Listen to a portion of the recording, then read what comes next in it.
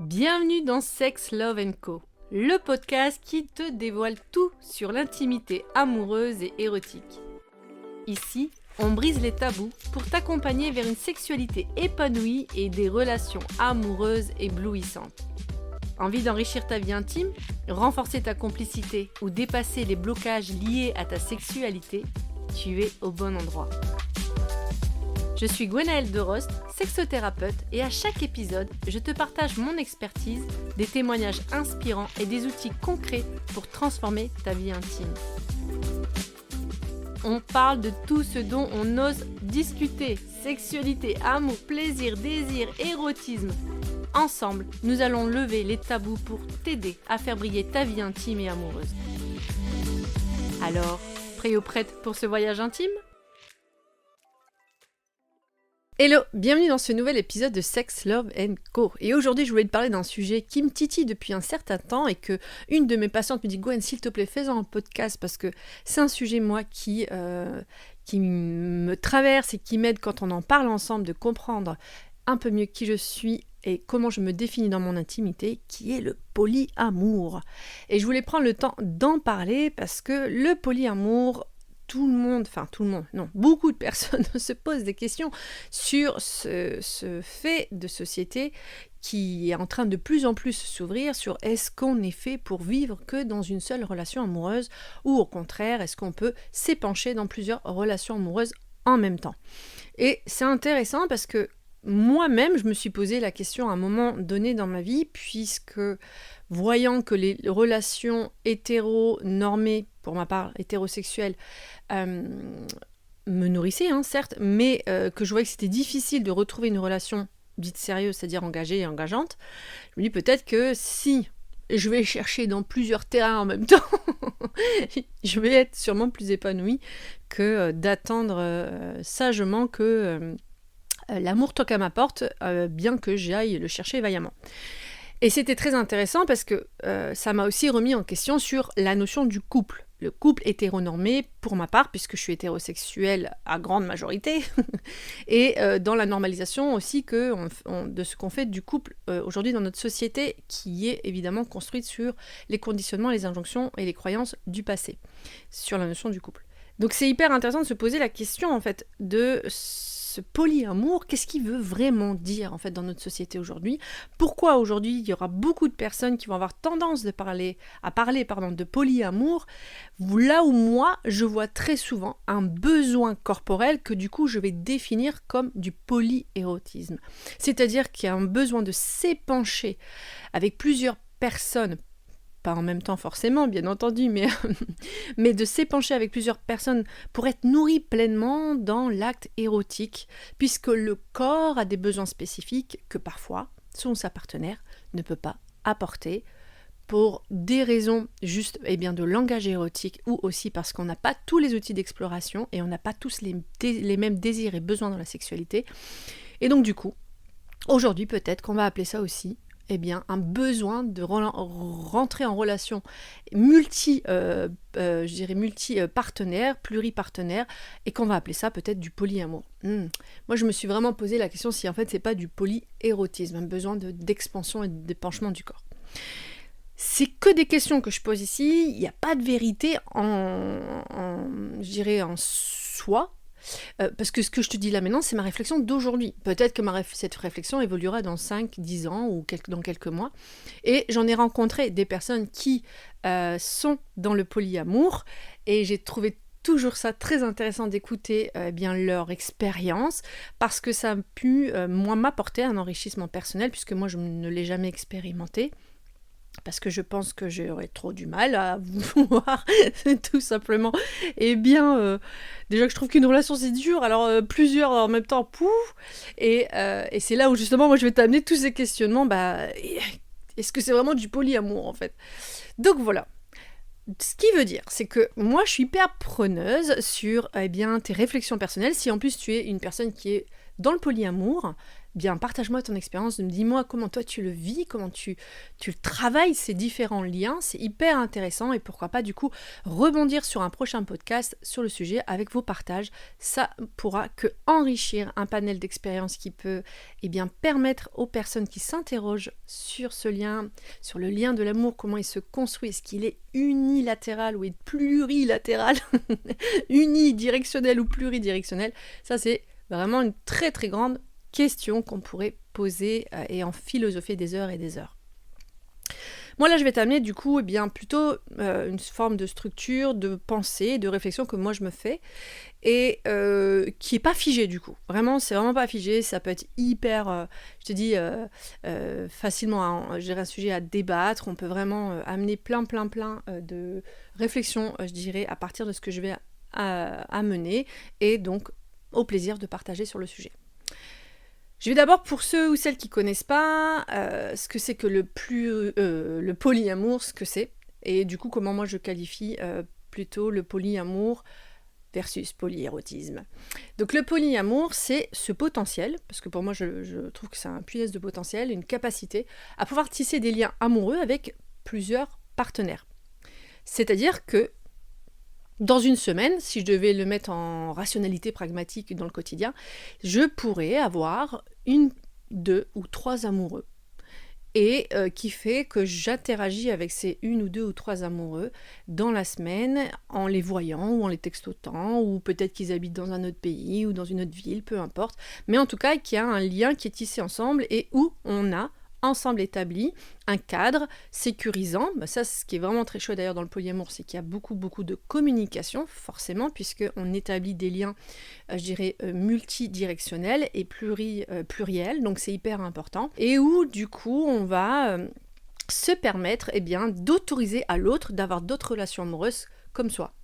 Et parfois pas. Parfois, celui ou celle qui désire vivre le polyamour peut autoriser à l'autre d'être dans un polyamour, mais pas soi-même. Et on peut avoir, c'est pas figé, c'est-à-dire on peut avoir d'un coup envie, puis d'un coup plus envie. C'est vraiment pas figé dans la structure et dans l'espace et dans le temps.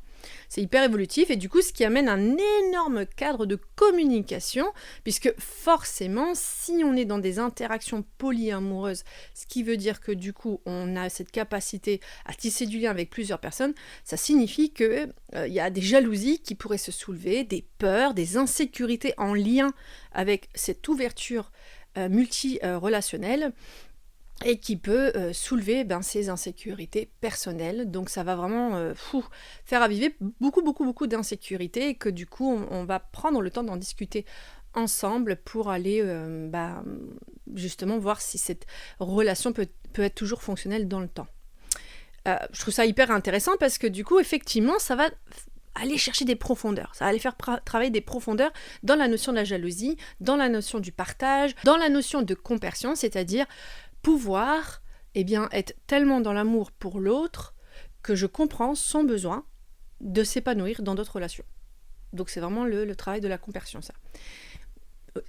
Franchement, c'est d'un point de vue extérieur, pour moi je trouve ça magnifique. Je trouve ça magnifique de pouvoir autoriser à l'autre ou à soi-même d'être nourri dans ses besoins et ses désirs d'épanouissement intime, personnel, puisque, et ça je le dis très souvent à mes couples, on ne peut pas combler seul tous les besoins de son ou sa partenaire.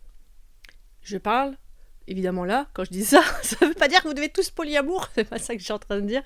Je suis juste en train de dire que ça veut dire qu'il faut apprendre à se nourrir dans d'autres planètes autres que la planète couple, qui peut être les activités, la relation sociale, les relations de curiosité, aventure, voyage, personnel, bref, il y a plein d'autres types de nourriture que d'être forcément dans une interaction amoureuse avec une autre personne pour être nourri pleinement. Donc, je trouve ça hyper intéressant quand même, parce que c'est vrai que si on multiplie le facteur de connaissance humaine, et en plus dans l'intimité, il y a forcément un enrichissement qui se met en place dans sa propre expérience personnelle grâce à ce que je vis avec l'autre. Donc c'est vrai que sur papier, c'est hyper chouette. Je trouve ça chouette. Mais non, je te dis pas que moi je suis capable de le vivre. Parce que pour moi, pour ma part, c'est là où du coup, moi, je mets un énorme bémol. C'est que pour ma part, une punaise de relation avec quelqu'un, waouh, c'est de l'énergie, hein. C'est de l'énergie, c'est de l'investissement, c'est de l'engagement. Et ça signifie aussi qu'on s'autorise à voir le moche chez soi et chez l'autre dans la relation. C'est-à-dire qu'on risque de se blesser. On risque d'avoir des rancunes, des rancœurs, qu'on doit apprendre d'ailleurs à travailler pour réparer ce qui a peut-être été cassé ou brisé un moment dans le couple, parce que quand on est ensemble, dans l'interaction du quotidien, et c'est là où je mets un bémol avec le polyamour, parce qu'il n'y a pas de quotidien, on prend que le meilleur en fait. Même si, oui, ça va titiller des choses et qu'on va prendre le temps d'en parler, mais on prend que le meilleur, parce que le quotidien, c'est ce qui blesse le couple. De voir, je dirais, les couches et les couches de l'autre, et les couches de soi dans ses profondeurs, dans ses limbes émotionnelles, ses limbes égotiques, et ben c'est waouh, c'est énorme. Et que du coup, la puissance d'une relation monogame, je dirais, du coup, plutôt que polygame, puisque polyamour, c'est la polygamie en clair, qui n'est pas officialisée en fait. Mais je trouve ça hyper intéressant parce que quand on est vraiment dans la monogamie, il y a cette punaise recherche de toujours tisser du lien, même là quand tout pourrait nous séparer. Et je trouve ça oufissime, alors que peut-être que dans le polyamour, on va sentir que l'autre a envie d'un peu plus ou qu'il y a trop d'insécurité. Bon, peut-être que alors, c'est-à-dire qu'on n'est pas fait pour être ensemble. Je fais peut-être un shortcut, peut-être que c'est un court-circuit total de ce que je dis, et moi, j'ai hâte de lire des expériences de polyamour où ça fait très très longtemps que vous êtes ensemble. Vraiment. Mais pour ça, j'appellerais ça autrement. Mais on verra. C'est juste parce qu'on a besoin de mettre des étiquettes sur ce qu'on vit. Mais je vais justement étayer ça juste après. Mais c'est hyper intéressant. Pour moi, une relation amoureuse, elle peut se définir de tellement de manières. Une relation de couple peut se définir de tellement de manières. Mais est-ce que finalement, c'est pas une fuite que de pas essayer de s'engager avec quelqu'un en s'ouvrant à plusieurs types de relations? Parce qu'il y a une peur de l'attachement. Et auquel cas, ça fait partie des styles de l'attachement, c'est-à-dire qu'on a tellement peur d'être jugé, d'être vu, tel que je suis, dans mes profondeurs, mes mochetés, mes ténèbres, mon vouloir de pas forcément abandonner ma part de mon territoire pour t'en donner à toi. Est-ce que c'est pas une fuite dans vraiment créer de l'intimité relationnelle? Parce que ça prend du temps. C'est énormément d'investissement et c'est énormément d'énergie, mais qui est beau en même temps. Parce que là aussi, on va vraiment travailler d'autres types d'insécurité qui sont très, très, très profondes, puisqu'elles sont aussi liées à l'enfance. Et donc, je me dis que le business model aussi de la monogamie, alors quand je dis monogamie, je vais plutôt je mets des guillemets, quand je dis monogamie, mais plutôt plutôt de relationner qu'avec une seule personne, je vais appeler ça plus justement. Est-ce que c'est pas justement plus dur, où on rame, et que des fois on a envie de arrêter parce que c'est trop dur, mais on se dit mais non, parce que avec toi, je me reconnais dans plein de choses, je vois des valeurs que je m'amène, que tu m'amènes, qu'on s'amène, et je vois vraiment des projets qu'on peut faire ensemble, puisqu'il y a ce lien du corps, ce lien du cœur, de l'âme, de l'esprit, et c'est ça qui est aussi très très très chouette, et surtout quand on comprend et on connaît comment fonctionne une relation de couple dans tous ses tenants et aboutissants. Et pour ça, n'hésitez pas à aller, par prévention, faire des thérapies de couple, même si tout va bien, soi-disant, dans votre relation. C'est là où il faut aller chercher. N'attendez pas la cata pour faire que votre couple fonctionne toujours. Mais là où je veux en venir, c'est que ça, c'est pour moi de la profondeur relationnelle. Je dis pas que le polyamour, c'est pas. Il y en a aussi. Attention, je mets des gros guillemets dans tout ce que je dis. Je vous dis, c'est des pistes de réflexion. Et du coup, pour moi, le polyamour, c'est une forme de... Dans ce que j'ai entendu comme expérience, de déguisement un peu, de fuite en avant sur le fait de peut-être pas assumer, déjà peut-être la peur de l'attachement, mais mon besoin d'être nourrie dans le corps. Peut-être que c'est du polyérotisme que je vis. J'ai peut-être besoin d'être nourrie par plusieurs personnes dans le corps, et ce qui est ok, et que je peux reconnaître en une seule personne cette intimité profonde, émotionnelle et affective. Mais que potentiellement, elle ne me comble pas dans tous mes besoins sexuels et intimes corporels. Ce qui peut être même d'ailleurs très sûr, parce que c'est la grande problématique de la plupart des couples, et qui fait qu'il y en a un ou une qui divague dans la relation et qui va tromper, puisqu'on n'autorise pas justement cette ouverture dans le couple, puisque c'est hétéronormé, ou bien, je dirais, pour les relations aussi bi ou homo, eh bien tout simplement des relations normées de couple où en fait on ne permet pas eh bien que l'autre puisse s'épanouir dans d'autres relations érotiques. Donc c'est là où en fait moi je suis un petit peu partagée entre polyamour ou plutôt du polyérotisme. Peut-être que ça fait peur de s'engager totalement à un autre ou une autre personne que soi dans l'intimité émotionnelle. En multipliant les partenaires, bien qu'on donne aussi de l'énergie à poser le cadre structurel, à être dans une relation qui doit être nourrie qu'un minimum, sinon elle ne peut pas exister, ça c'est sûr, par la proximité ou des messages ou du corps, est-ce que en fait d'échapper au quotidien dans la relation de couple, eh bien en fait on n'échappe pas en fait au fait de ne pas vouloir plutôt d'être dans une relation de ce que j'appelle du quotidien, de la routine en fait. Et attention, hein, moi je suis pour les questionnements sur comment on peut repositionner le couple. Parce que ça c'est aussi là où je voudrais en venir, c'est que évidemment que les normes sociales et sociétales sur ce que doit être un couple pourrit le couple. On est juste bien d'accord. Et que en plus le couple a beaucoup évolué dans les 2 derniers siècles qui viennent d'arriver, puisque maintenant on se marie par amour, beaucoup moins par arrangement, chose qui était très présente dans nos sociétés européennes au XVIIIe siècle et qu'il est encore dans d'autres sociétés, et que cette nouvelle notion de l'amour, c'est-à-dire je me mets avec toi par amour, amène des nouveaux repositionnements dans la relation de couple. Parce qu'avant, dans les relations de couple arrangées, il y avait beaucoup d'infidélité, mais c'était tacite, hein, c'était permis, quoi. Il y avait des petits contrats tacites entre nous. Moins chez la femme, bien entendu, puisque la femme doit être vierge de tout rapport.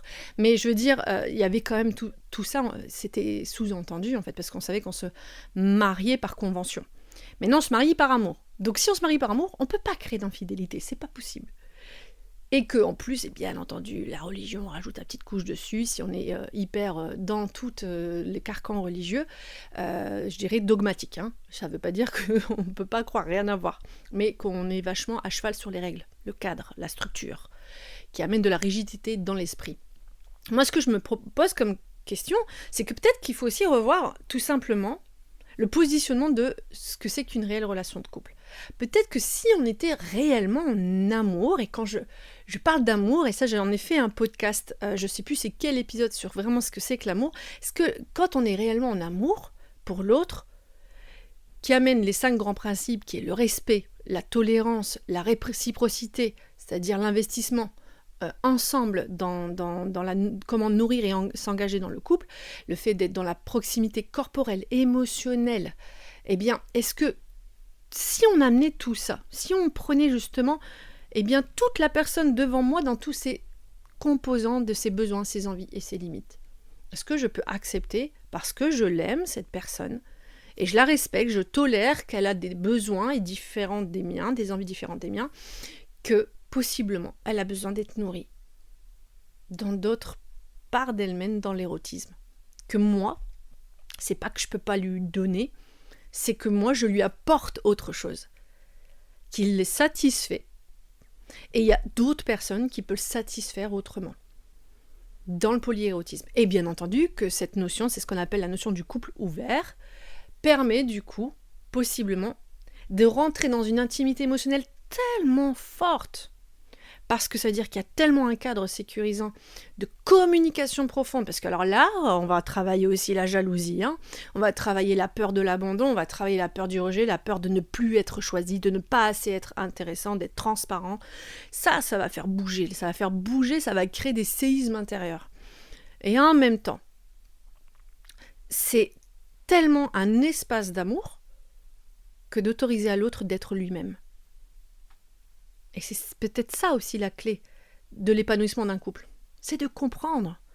Et ce qu'on est aujourd'hui dans ses besoins n'est plus peut-être pareil dans quelques semaines, mois. Moi, j'ai déjà eu des couples qui avaient juste besoin d'en parler, cette possibilité d'ouvrir la relation. Et qui réalisent que juste de l'avoir posé, d'avoir été entendu dans son besoin, a donné tellement dans le cœur de celui qui a pu prononcer ou celle qui a pu prononcer son besoin de peut-être d'ouvrir la relation dans l'érotisme, d'amour pour son ou sa partenaire qui écoute son besoin, qui avait même pas besoin d'y aller. Et je trouve ça trop chouette. Moi, je peux comprendre qu'on ait besoin d'être nourri dans le corps avec d'autres personnes dans le corps. Je peux totalement le comprendre. Est-ce que je le conçois moi dans ma relation ? Je sais pas, ça va faire bien travailler aussi. Mais je peux le comprendre.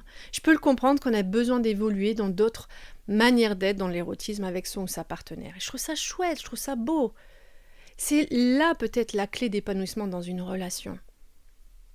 Tolérer que l'autre est différent de moi et qu'il a des besoins différents de moi. Et dans l'espace de l'amour de mon cœur, comment je peux l'entendre en fait ? Ça, je trouve que c'est un sacré... c'est un sacré avancée, en fait, peut-être dans la notion de ce que c'est qu'un réel couple. Donc voilà, je voulais te parler de tout ça.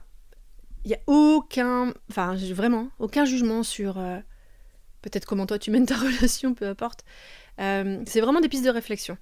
C'est le polyamour, c'est une belle question. En fait, en tout cas, ce que moi je remercie au polyamour, c'est de remettre en question en fait la normalisation, le cadre qu'on impose sur ce que doit être un couple.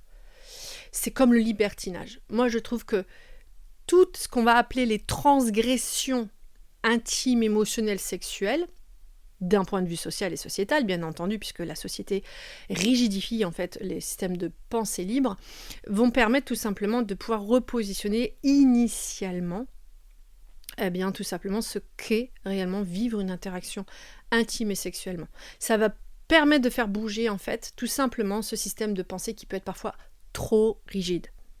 Il y a des multiples façons de penser les relations tant que soi et avec l'autre on est totalement aligné. Ce qui signifie qu'il y a une réelle aussi connaissance de ses propres limites à vivre des interactions, ses propres fragilités, vulnérabilités, et que c'est important de l'amener sur le tapis quand on est dans une relation pour pouvoir tout simplement relationner encore plus fort, plus loin, plus intimement, plus authentiquement avec l'autre. Parce qu'on est authentique avec soi. L'authenticité radicale. Oui, puisque quand on n'est pas authentique radical, c'est là que ça crée des trahisons. Si tu vois le rapport avec les infidélités. Donc voilà ce que je voulais t'amener comme sujet aujourd'hui. J'ai vraiment hâte de lire tes pensées, tes réflexions, peu importe quelles sont. Mais par contre, de te permettre de voir en fait ce que ça peut te soulever, ce type de remise en question sur la notion du couple, comment on peut élargir sa notion de couple, qu'est-ce que ça veut dire si je m'ouvre, qu'est-ce que ça veut dire si j'ouvre l'autre, qu'est-ce que ça veut dire si on s'ouvre ensemble, qu'est-ce que ça veut dire si je ne m'ouvre pas, je ne veux pas m'ouvrir et l'autre non plus, qu'est-ce que ça pourrait lui amener aussi en lui ou en elle, c'est hyper intéressant. Et si je suis en relation polyamour, comment je le vis déjà, et est-ce que vraiment il n'y a pas une peur, est-ce que pour moi c'est un signe de liberté parce que j'ai peur de sécurité, ou est-ce que dans cette liberté j'ai ma sécurité? C'est vraiment hyper intéressant, il y a plein de réflexions qu'on pourrait se poser. En tout cas, n'hésite pas à me partager, pour moi c'est je dirais essentiel, c'est ça qui va faire bouger moi aussi mon système de pensée, le système de pensée peut-être de beaucoup d'autres, et je serais ravie de rebondir de nouveau sur ce sujet. Et c'était un réel plaisir. Ah, et avant de conclure, c'est pas parce que on est peut-être dans le polyérotisme, c'est-à-dire qu'on aime être dans le plaisir charnel avec quelqu'un, on aime partager les corps, parce que, eh bien en fait, parfois le langage des corps est plus fort que le langage de la tête, même très souvent, et que en fait on le fait pas avec amour, hein. Attention, ça veut pas dire ça. Bien entendu qu'on peut être dans le partage charnel avec des personnes hyper passionnées sur ce qu'on est en train de partager sur le moment présent, et que on sait faire la différence justement entre ce que je partage avec toi avec beaucoup d'amour sur le moment présent et ce que c'est pour moi réellement vivre une relation avec quelqu'un dans l'amour, lien affectif, lien amoureux, le quotidien, le partage, les souvenirs, tout ce qu'on peut se co-créer ensemble. C'est complètement différent. Donc si tu es justement dans ces positionnements aussi de polyérotisme et que tu le vis avec passion, ça ne veut pas dire que forcément tu es polyamoureux, c'est juste qu'en fait tu es quelqu'un de passionné, d'aimant et qui partage avec le cœur ouvert, et c'est hyper chouette. Donc voilà pour aujourd'hui, ça y est, je mets un point final à ce podcast. Trop ravie de vous l'avoir proposé. J'attends tes retours et en attendant, prends soin de toi. Merci d'avoir écouté cet épisode. J'espère qu'il t'a donné des clés pour enrichir ta vie amoureuse et intime. Si tu as aimé, abonne-toi, laisse un avis et partage-le. Moi je te retrouve mardi prochain pour une nouvelle dose d'amour, de complicité et de sensualité. Si tu veux dès maintenant retrouver d'autres astuces ou d'autres ressources, n'hésite pas à consulter ma page Insta, ma chaîne YouTube ou encore de découvrir ma page web sur Sublimation, l'école virtuelle de l'éveil tantrique et de l'intimité. En attendant, prends soin de toi et je te dis à très vite pour un nouvel épisode de Sex, Love & Co.